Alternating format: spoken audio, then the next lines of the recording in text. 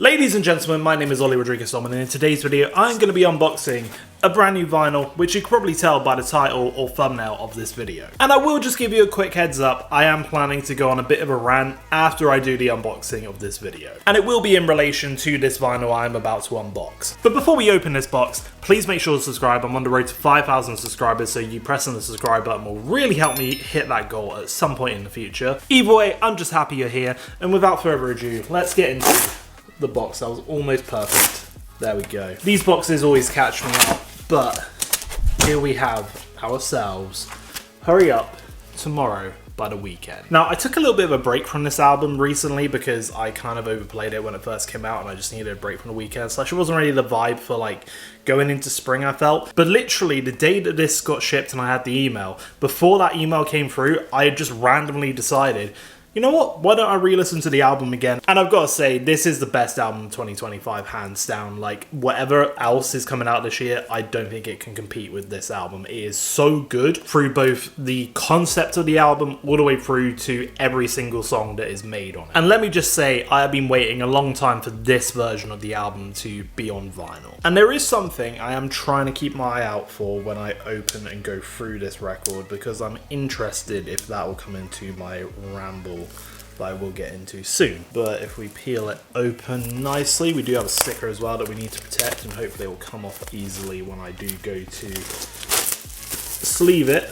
There we have the record. That, like, honestly, I didn't really know what I felt about this cover at first, but it's really grown on me every time I've sort of like looked at it, and it's really nice. Flip it around, there's actually no credits or anything, but it is just a bunch of fire going on. I'm kind of wondering if that's supposed to link into Dancing in the Flames, which I've got to say, I've gone back to that song, and my god, I wish that made the album. I kind of get why they took it off, but I love Dancing in the Flames. That's been one of my favourite Weeknd songs as of recent. But anyway, let us check out the gatefold, where we have Abel staring at us. I'm guessing from within the bathtub is where that's supposed to be, where he offs himself. At least that's my understanding of the story, so there you have him. It's kind of creepy, this one, but it fits a story that's kind of like going on within the project. Okay, so there's one of the LPs. We do have ourselves an insert. There are a lot of credits on this one, but on the one side we have Abel with that fire as shown on the back, and then all the credits on the top and bottom. Flip it around and you basically kind of get him looking out on what kind of looks kind of church-esque, but I guess that's kind of like him about to have his rebirth again with credits top and bottom. Yep, that's exactly what I expected. And that's not quite what I expected either. So here's the LP itself. It is a translucent disc, so side A and B. You are left with the label. But actually I do quite like the layout of it too. It's quite nice. It is a very nice transparent disc as well. Like, I like when transparent ones are kind of more crystal, is kind of how I would describe this one, like more crystal clear. However, there is one thing kind of, I don't know if it's like just on me, it probably is, but like when I look at this on the website and how they are kind of advertised, they kind of look a bit more foggier, more like cloudy is how I would put it. And it does say there like they are clear vinyl, and that is exactly what this is, a clear vinyl, and the fogginess might just be a way for them to like try and show the transparency of it. But when I had this in mind in my head of what I was going to get, this, I wasn't fully expecting like this. I was expecting kind of the fogginess of it. But hey ho, that's how these records look. And it does come with two of them. This is the complete edition of The Weeknd's Hurry Up Tomorrow, so glad to have this one in the collection. But yeah, I'm really looking forward to listening to this version of Hurry Up Tomorrow on vinyl. I've been loving re-listening to the album recently, and this is a perfect time for me to go back and actually listen to it and get it on vinyl in the full way you should be able to listen to it. So, this is where I'm going to go a bit off topic and get a little ranty, because I've kind of... This is what I'm going to say, right? I've kind of got sick of vinyl collecting overall recently. I still like it. I still love getting my records and picking up albums that I can listen to and just have a physical version of. I still absolutely love that side of vinyl collecting. However, one of the things I am getting fed up of, and I am fully aware I am part of the problem. You've probably seen me speak about this in previous videos before, but I am getting fed up of multiple variants of vinyl that just really is a bit unnecessary. I really do want to make a video where I kind of discuss the whole vinyl variants thing. I've even begun writing a script for it. It's coming along very slowly before you ask. But the reason I'm bringing it up now when it comes to Hurry Up Tomorrow isn't just because of the vinyl variants themselves. Something that I have found really, really frustrating with this album release, or at least the release of the actual vinyl, is the kind of scummy tactics they've done with this. And the reason I was looking for something in this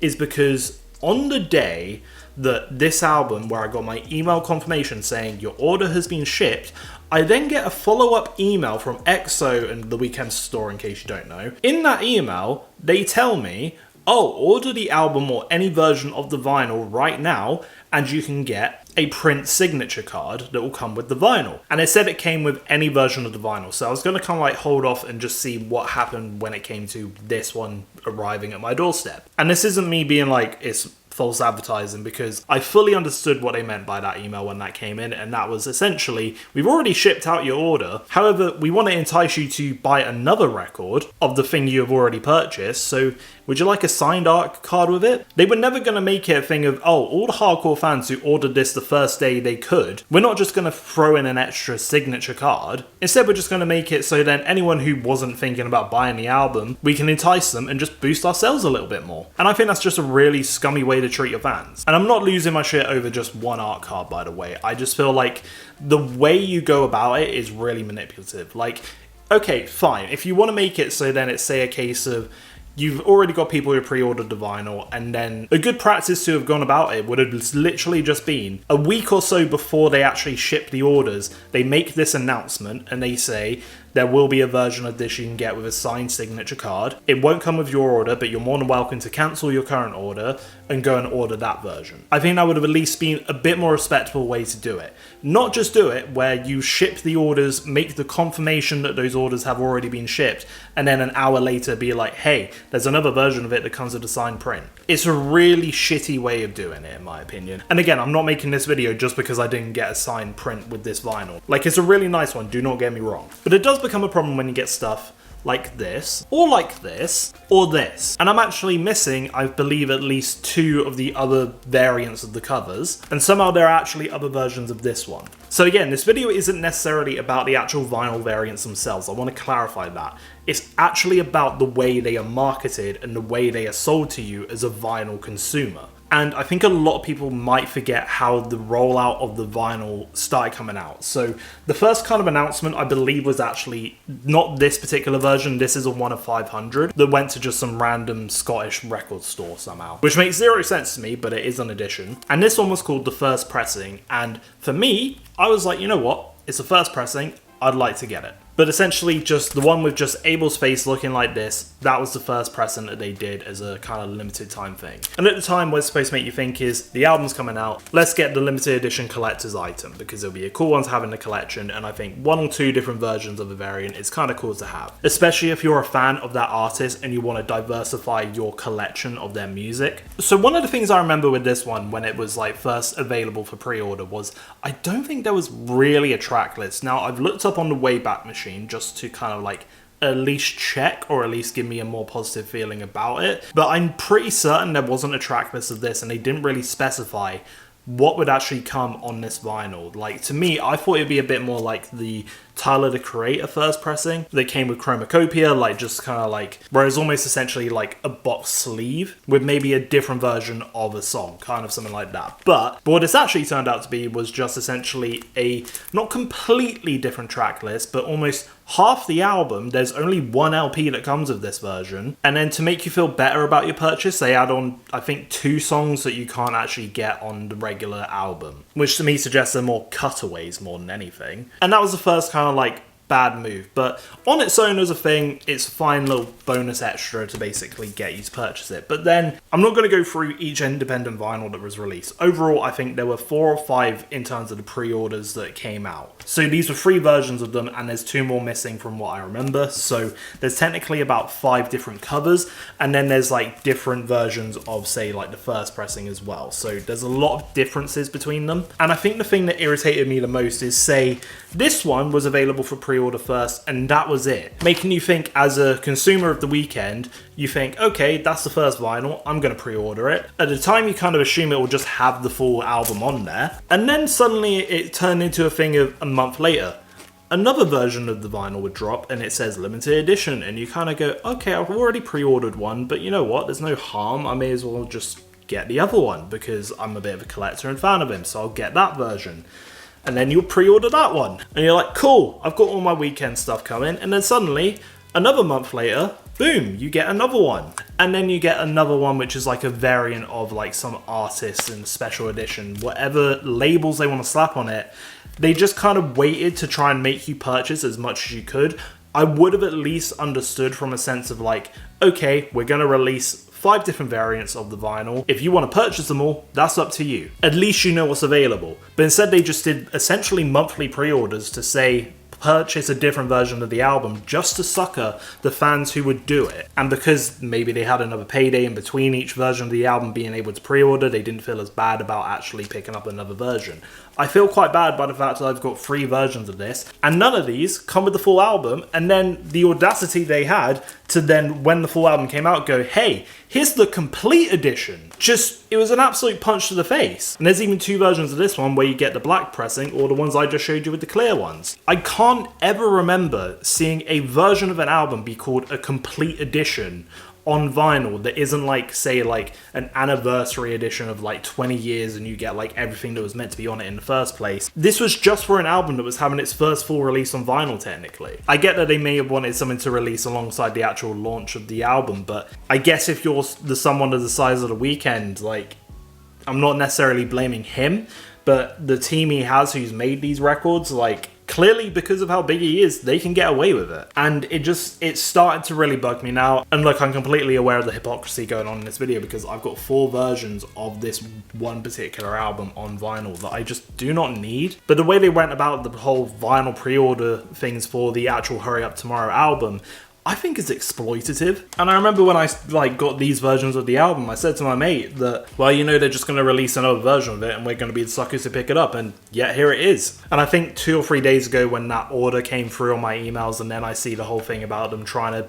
get more people to purchase it via the art sign print thing, like that just kind of like sealed the deal for me in terms of wanting to make this video to kind of like bring it to your guys' attention. I really want to be done with the vinyl variant shit. I think publishers of artists and the teams around artists who are seeing this whole vinyl revival, they're going to be the ones who kill it because their greed is tenfold. They cannot get enough, and they probably just can't believe the fact that suckers like me will keep buying. And I'm at a point where I'm wanting to raise it to your guys' attention that we all need to stop. Like, sure, if you see one record, say, out of these ones that came out, I'm pretty happy with this one I got. Like, if there's one version that I like, I'll get it. But to do this whole thing where you're trying to exploit particularly the fans of the artist, because end of the day, they're going to be the ones who pick it up the most. It's not going to be like someone who listened to, say, Hurry Up Tomorrow once. They're not going to pick up every version of the vinyl. They might see one and they'll get it. It won't affect those people too much. The fans of it, they will see it and pick it up. And it's like with this one, I feel like I'm being laughed at because this is a terrible cover. I don't know what made me purchase this other than the fact that it was a limited edition thing and I thought it was going to be a case of like,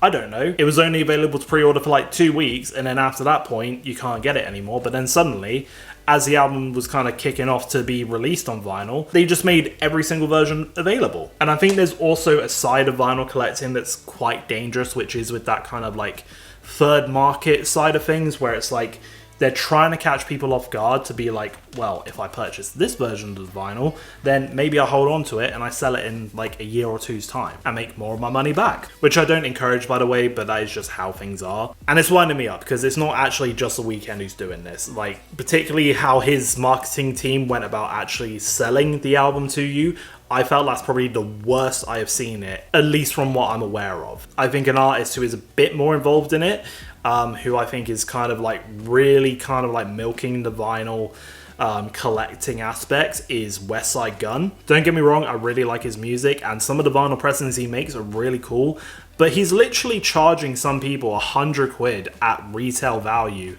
for some records, and even doing like one-of-one releases. And then it's even more scummy when you think he literally put together an EP, like 5 tracks I think it was, and I believe he did it in one night, and now he's doing a pre-order for this EP at ridiculous prices. But there are going to be people who try and buy them and get what they can out of them. And don't get me wrong, if you are a fan of Westside Gunn, go ahead, get the album that you want to get. But there's literally like 20 different versions of the albums when it comes to some of his stuff. But because it's almost that kind of what was the Supreme. It's almost kind of like the way Westside Gunn's done it. He's almost done it as more that kind of like hype, that style of like Supreme hype beast type market. I'm not sure how to put it, but it's just like, but it's going on in so many different aspects of different artists and different labels that it's just getting to a point where even I'm just like, I can't keep doing this and keep buying 5 different versions of one album.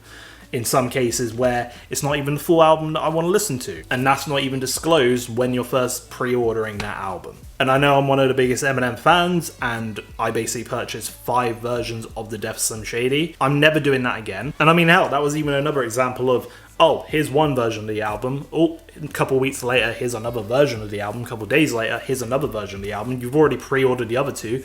Why not get this one? Because you actually prefer how this one looks. Like, it's really stupid the way they do it. I mean, some of it should be on me. Like, say if I like pre-order one and then I see another that I'd prefer to get, cancel the other one and go for the one I actually want to get. And I think it gets particularly tricky when it comes to editions that say like limited numbered, because that's really preying on the whole FOMO side of things too. I will work on a full video when it comes to the whole vinyl variants thing, because I've got so many different points I want to touch on, and I feel like it's kind of been building up for me, which is why I want to let it all out now, particularly when I have the biggest offender of this showing up. It felt like the right time to kind of like openly discuss it a little bit more. So from me to you, and also a bit me to myself, because I think I'm one of the biggest problems when it comes to this scenario, is stop buying vinyl variants. When it comes to ordering vinyl, just wait. I think that's the biggest thing you can do. If there's a fan of someone you like, the likelihood is the bigger they are, the more likely there will be different versions of the vinyl, and you might like that album on vinyl and it might feel like the only time you can get it is within a certain time frame,